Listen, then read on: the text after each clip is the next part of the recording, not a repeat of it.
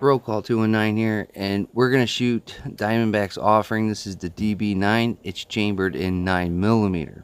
It was kind of loud at the range, so I'm going to voice this one over.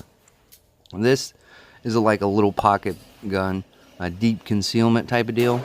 It's chambered in 9mm. There's some pros and cons to it.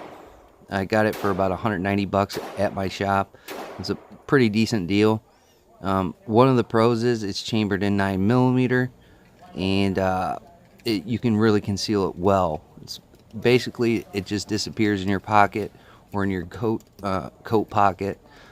So it does its job in that point. Some of the cons of it is it is chambered in 9mm, so it's very snappy to shoot.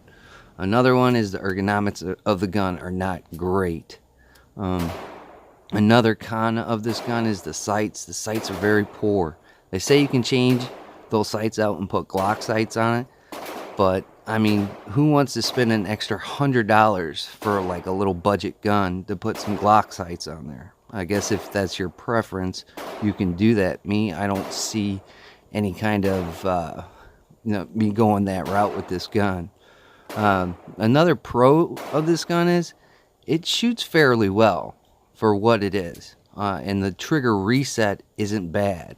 The initial trigger pull, it's sort of like a double action a revolver type of deal. Kind of reminds me of the Sky CPX. That's the only safety on the gun, is the long trigger pull on it. It doesn't have a slide lock, slide release, so it doesn't lock open on the last round. That's another con of this gun. I shot about 50 rounds through this firearm, and surprisingly enough, it didn't have any malfunctions, which, you know, for a budget type of gun, that's very surprising. One thing I will mention is on some of the videos I watched, this thing had trouble cycling hollow points. Now here at the range that I'm at, I can't shoot hollow points here, so I didn't have the opportunity to run a box of hollow points through it.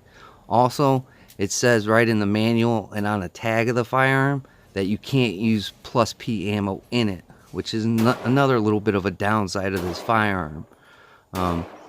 That's one of the things that kind of, you know, makes me think not to carry this gun, is because I can't use a little bit of a hotter ammunition with it. I'm at Second Amendment Arms and Range in New Carlisle. I'd like to thank Paul Cook and his staff for letting me come in there today and shoot and film what you're seeing right now. So kudos to those guys. Also with this firearm, I see it more like a get off me gun. Some people call those things Saturday night specials. I see this gun to create distance and get myself out of a bad situation. That's about it. I don't see this thing being an everyday carry, a zip down to the gas station gun, going down to the grocery store, little corner shop, just for a few minutes. I wouldn't carry this thing, you know, any further past that point. It only came with one magazine. It only holds 6 rounds. You can hold one in the chamber. Like I said, there's no other safety on it, just the trigger, the long trigger pull itself. So I don't know, some people don't feel comfortable carrying one in the chamber, but I do. But it's all your preference, how you want to feel. I just don't like the capacity of the firearm. I think it's a little shy. Maybe I'll look around for another magazine, and I could carry this gun with another magazine. Maybe that might, you know, make me a little bit more comfortable. I carry a CZ P10C. It's got 15 rounds, carry one in the hole. So I'm pretty reluctant to carry that gun over this little DB9 any day. Plus my CZ is very, very reliable. This one only got 50 rounds through it. Yeah, it hasn't malfunctioned yet, but still haven't put hollow points through it and haven't put a whole lot of rounds. So we'll have to see that going down further the line and see how this gun will react.